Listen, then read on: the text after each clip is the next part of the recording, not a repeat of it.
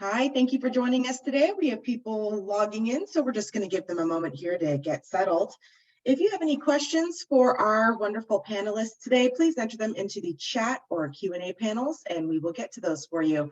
Or if you're feeling brave, use the raise your hand tool, and I'll modify your controls so you can unmute your line and ask it live. Without further ado, here is our master of ceremonies, Mr. Tom Berkler. Thank you, Lisa. Welcome to CPS Live. And if you look at today's date, which you can rely on because we gave it to you, April 12th is not too far from what I call the Ides of April, even though April didn't have an Ides, I understand, but it's income tax day. I got three of the biggest taxpayers in Orange County on the screen here right now. Gentlemen, how many of y'all have filed your returns yet? Just one? Well, wow, I did it months ago. Oh, gee, we'd pat you on the back if your hand wasn't in the way, Lisa, you know? It's good to have you all here. I filed my extension. I probably have a little money coming back, so that indicates that I'm not playing it too smart. Tom, since you filed your return, we're going to let you go first. We're going to let you talk about income replacement. And I know one of the things we really like to call it income replacement insurance rather than disability, but to call it income replacement makes it seem even a little more out of place with regard to what you're going to talk about today, because we always think of disability income as something that's protecting us during our working life. But you're going to kind of parlay that a little bit and tell us how income replacement insurance can really help during retirement as well. Yeah, absolutely. Thanks, Tom. And you're right. The word disability does scare a lot of people, and we call it income replacement. But also, if you can get accustomed to, instead of saying disability, say sick or hurt. People can relate to being sick or hurt. We know people that have gotten sick or hurt. We've gotten sick or hurt, but nobody's ever gotten disabled, or we're not going to get disabled, because it scares people into thinking that they're going to be stuck in a wheelchair or hospital beds or even being incapacitated, when really all we're talking about is just the inability to do our job because we got sick or hurt. And it really opens up your clients a lot more and welcomes them to have that conversation. We say, how would you protect your income if you got sick or hurt? And so if you take anything away from our conversation today, take that with you. But you're right, Tom. When do disability income protection benefits usually stop? Usually right at retirement age. So if I got sick or hurt when I was 40 years old, what happens to my pension contribution? What happens to my 401k? What happens to my employer's contribution to my 401k, my matching contribution?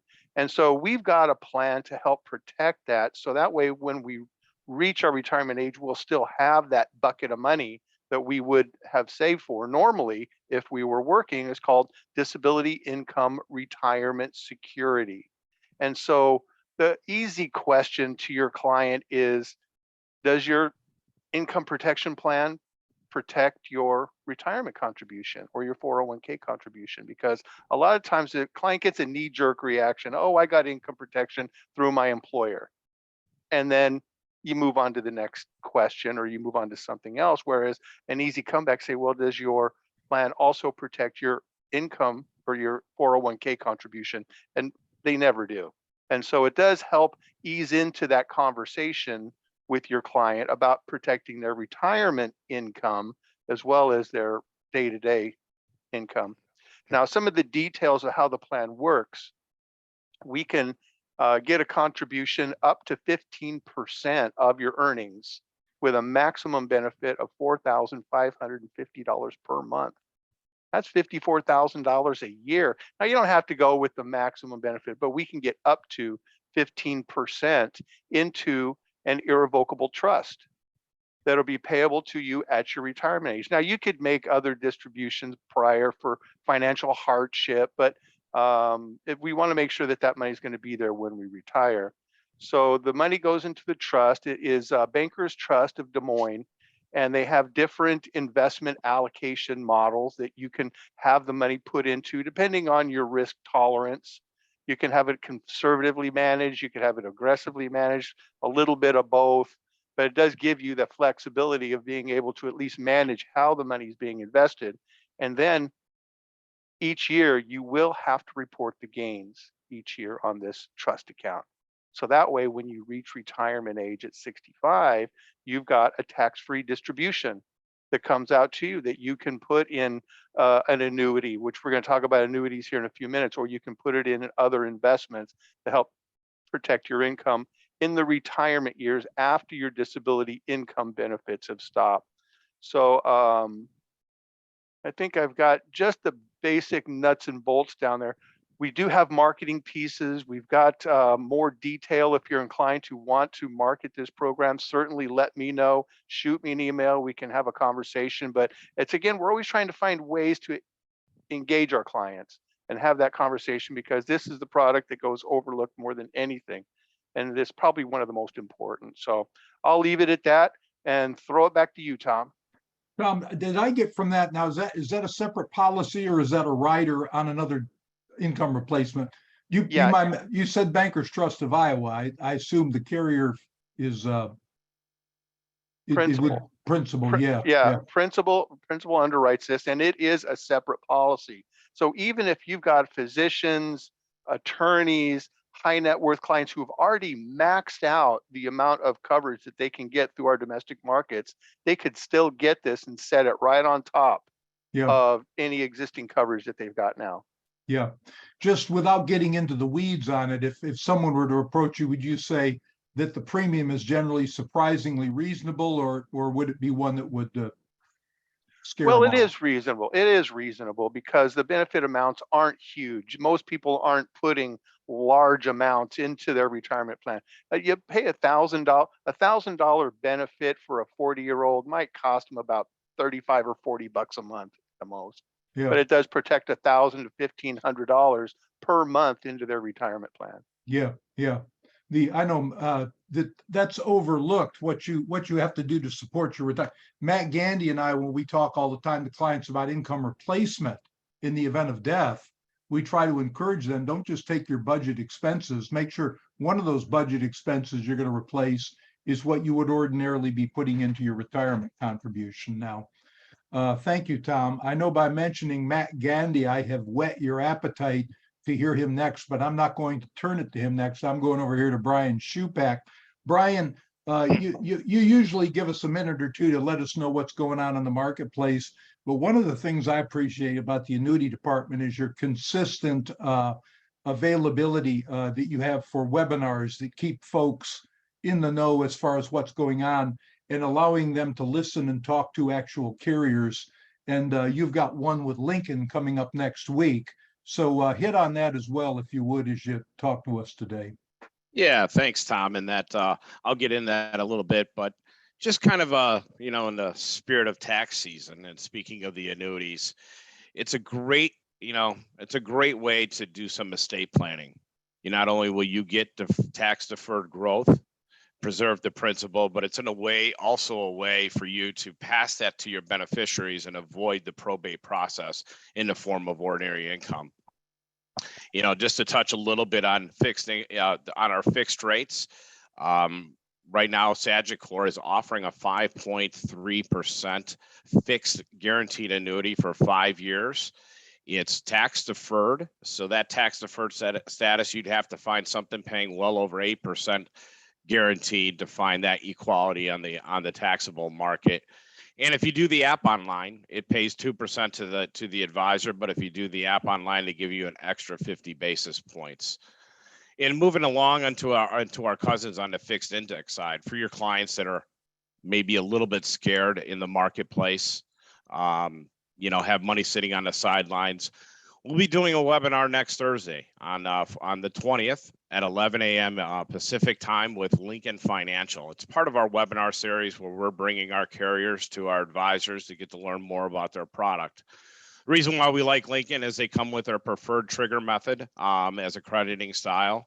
That is where if you go into the S&P and the S&P is flat or a little bit positive, you get the full crediting of 7.25% on the 10-year. And as well as on their fixed account, it's paying 4% with a 200% bonus year one, which makes that 6%. So it'll be an interesting way to be able to preserve your income, get some tax deferred growth that's comparable to the market, and as well as be able to, if something happens, be able to move that money along as an estate planning tool or income further on down. So that'll be exciting. Please be sure to join us next Thursday on April 20th.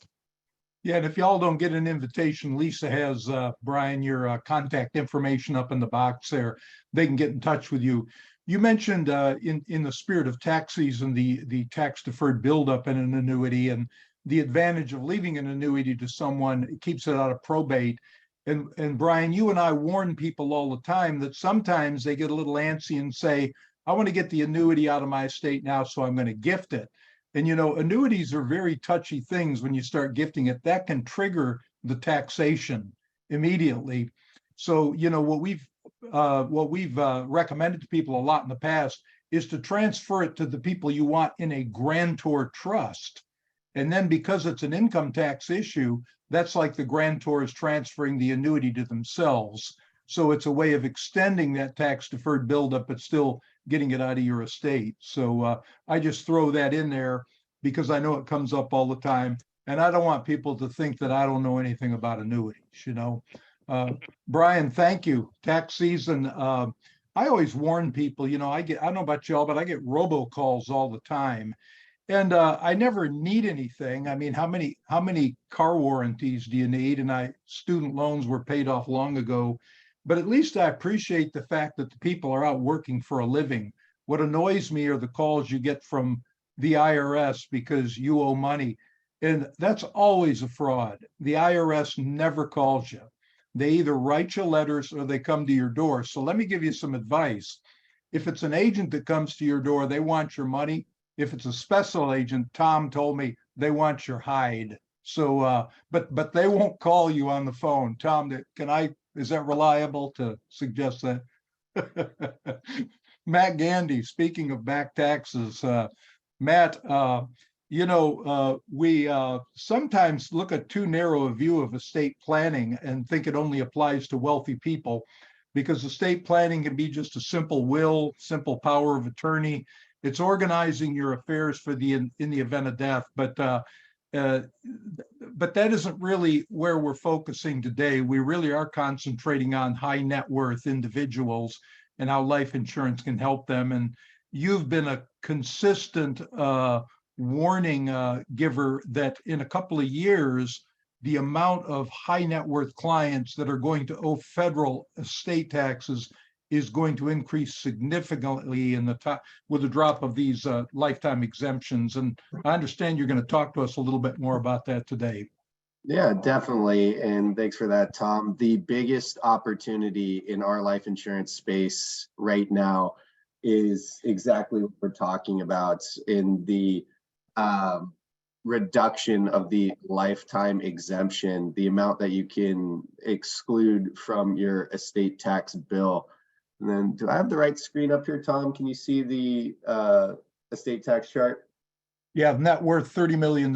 Yeah, so right here, I'm just going to run through a quick case study that's going to show you how we can help you on these types of clients. So here we have a client that we saw at the beginning of this year, net worth $30 million. And we're going to run some assumptions to show you what we're talking about here and why we're talking about it so much. We're going to assume that their assets are growing at 3%. I'll tell you, you're worth $30 million. It's probably higher. It's pretty conservative. We're going to assume 2% inflation. It's a Fed target, but we can run these at whatever. And we're going to assume a 40% tax bracket for your estate taxes. You can see 2023, 2024, 2025. We've got a problem, but let's look at what happens when that sunset of the current estate tax exemption happens, 2026. We're going to jump from just a shade under $2 million of taxes owed all the way up to over $8 million. It's a huge jump. A lot of people are pretty surprised about this. In fact, in this case, our advisor got wind of it because this client is starting to work with Goldman Sachs on some other deals. No one pointed this out to that client. except for our agents. And so now he's won his investment business as well as this following estate plan.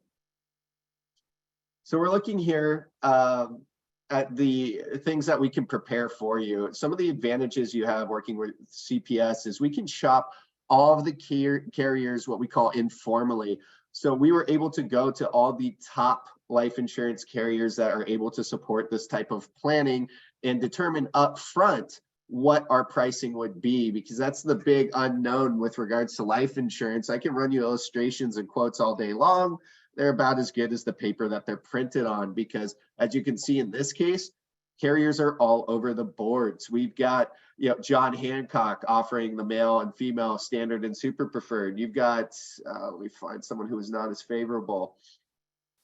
You've got New York Life at table 2, preferreds. You're seeing uninsurables, table 3s, all over the board on the same clients. So our underwriting staff can go ahead, take a look at the medical records and store up offers before we put pen to paper. And then what we do for these clients is we go and we show them all the different options with regards to funding their estate tax needs. We show them, what's it going to cost if I just cut you a check and never talk to you again, and my estate tax need has been taken care of, single premium, all the way down to lifetime payments. What would it cost? We're able to calculate side-by-side comparisons of your illustrations. And again, we won't spend too much time on this now, but if you want to go more in depth into any of these options, we're happy to do it with you, with your clients. And we can, again, show all the options, calculate IRRs for all of our different options on both the non-guaranteed and guaranteed space.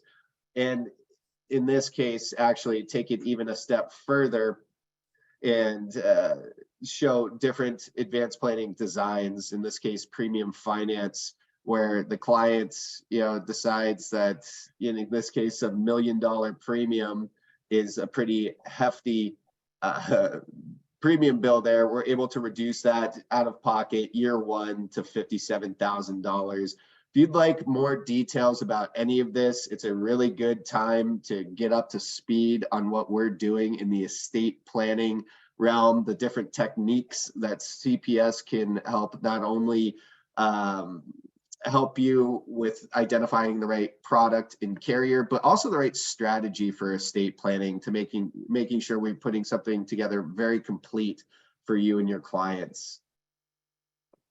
Matt, the example you showed was a married couple, and that's what we usually do because most of the situations that we deal with are married couples.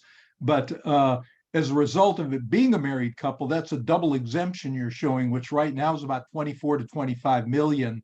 Sometimes there's some real shock value when we're dealing with a single client who only has one exemption to protect them that's going to drop to 6 or 7 million in a couple years. And in fact, with a married couple, that's the case. Usually the bulk of the net worth is attributable to one of the two people in the marriage. So when you've got a single person, typically you've got that whole net worth being generated by them. But I had a thought as you were looking at that.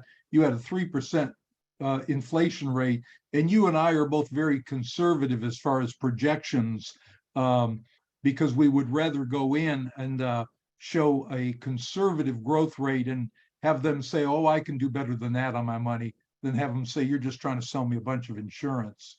But talk to me for quickly 1 minute here, because with a married couple, the slam dunk answer for insurance always used to be, well, they can defer taxation till the second death with the unlimited marital deduction. So let's just buy joint survivorship coverage.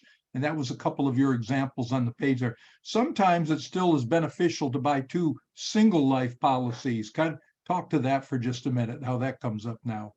Yeah, so it definitely can come up, and especially in a situation where we've got pretty different underwriting ratings and ages. Sometimes as we see that net worth go up, we see the ages go the opposite direction. And in the case that we were just looking at, that was actually what happened. The male is in worse health from an underwriting perspective than the female, also about 15 years older. So we were actually getting worse economics from putting it on a joint survivor platform in most of those scenarios.